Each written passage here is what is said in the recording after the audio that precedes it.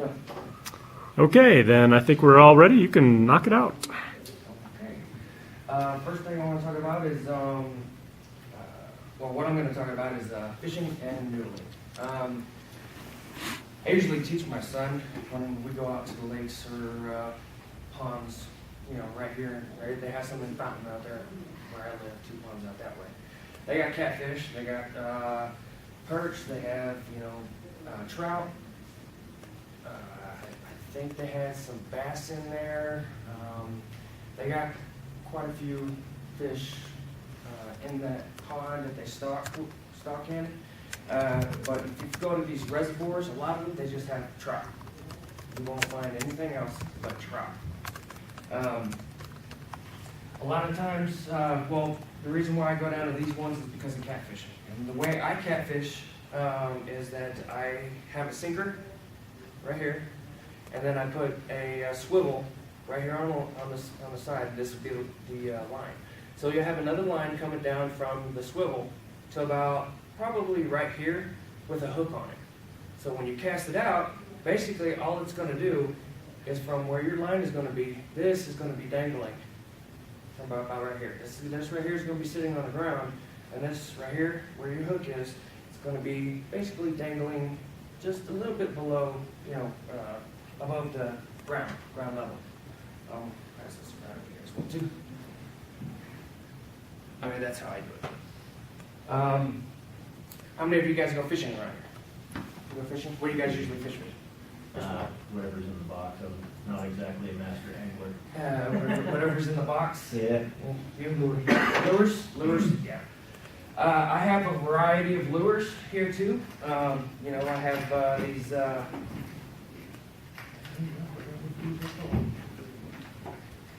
I got flies. You know, just regular. A lot of this stuff here is for basically bass fishing. A lot of these lures that I have are for bass fishing. Because I go to Oklahoma, when I go back home, I'll use a lot of these for bass fishing. And these are rooster tails. That's what I call them.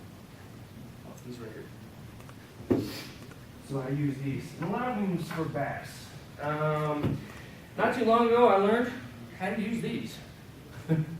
My father-in-law taught me how to put a hook on it. I'd never used them before, but they actually work really good. For trout, they don't. They do not work for trout. Even though it looks like a worm, wiggles like a worm, this does is just spins like this. That's all it does. And you got the hook. Basically what you do with one of these hooks is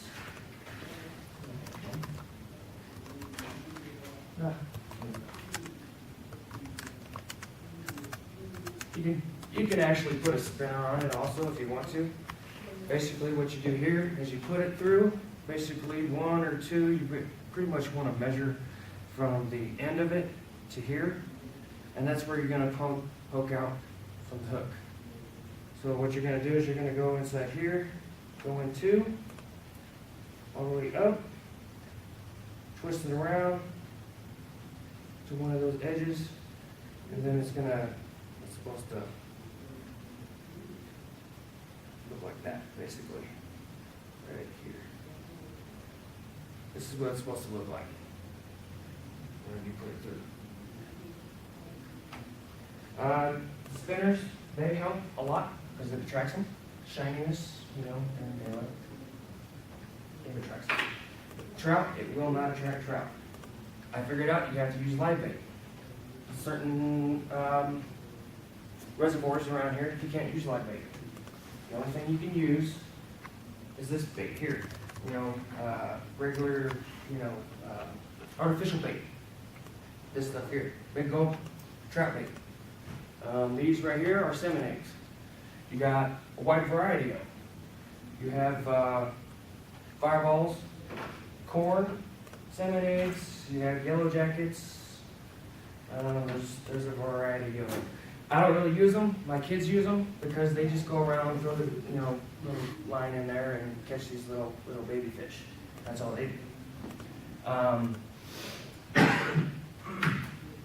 And as far as lures around here, not too fond of them. But like I said, real worms as for the live bait for catching trout, like around here. The only reservoir that I think allows it is the Rosemont Reservoir, which is way up in the mountains. It's basically another exit going through to what's that called? The casino place. Cripple Creek. There you go. If you follow that all the way around, you'll see a big old lake right on the left-hand side. It's probably about halfway. It'll probably take about maybe an hour and a half, depending on how slow you drive. And of course, you have these for bass too. Trout. I've never seen anybody catch anything with trout.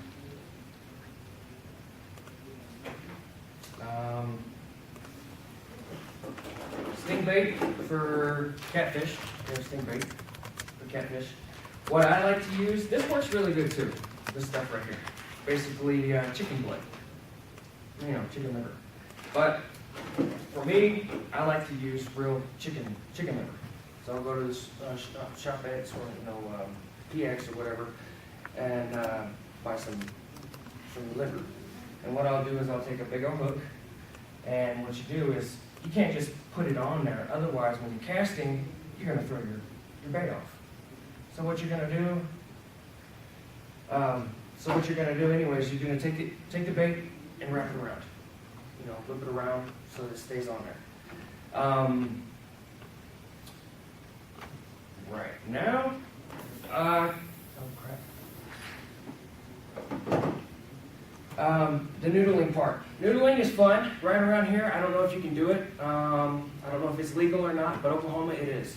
The noodling part is kind of fun. It's an adrenaline rush, basically, because you don't know what you're going to get into once you get your hand in one of those holes. But you're not going to go by yourself. You're going to have about 3 or 4 people. I'm pretty sure everybody's watched the TV shows. There's a TV show out there. This guy from Oklahoma, he does noodling. Basically, what I do is I'll have about 3 or 4 people with me. Basically, what you do is you circle around a rock, some kind of hole or whatever. There's always at least 2 or 3 exits. 2 or 3 exits for the fish once you go in there. You're going to have another person over here searching for another exit, another person over here searching for another exit, and you're going to find spots to block. What you're going to do, you're going to block it with your hands. So what you do is you take once you got it all blocked off, you're going to take a stick, run it up in the hole, and make sure that there's a fish in there. And if he bites it, a lot of times you can tell if there's one in there, he'll bite it. And then once that happens, you just, stick your hand up in there. It'll grab a hold of you, but you got to hold on tight. Just grab a hold of it and pull it out. And a lot of times you're going to need gloves. Because if you don't, you're going to end up, it'll wrap around, it'll swallow, depending on how big it is, it'll swallow your hand.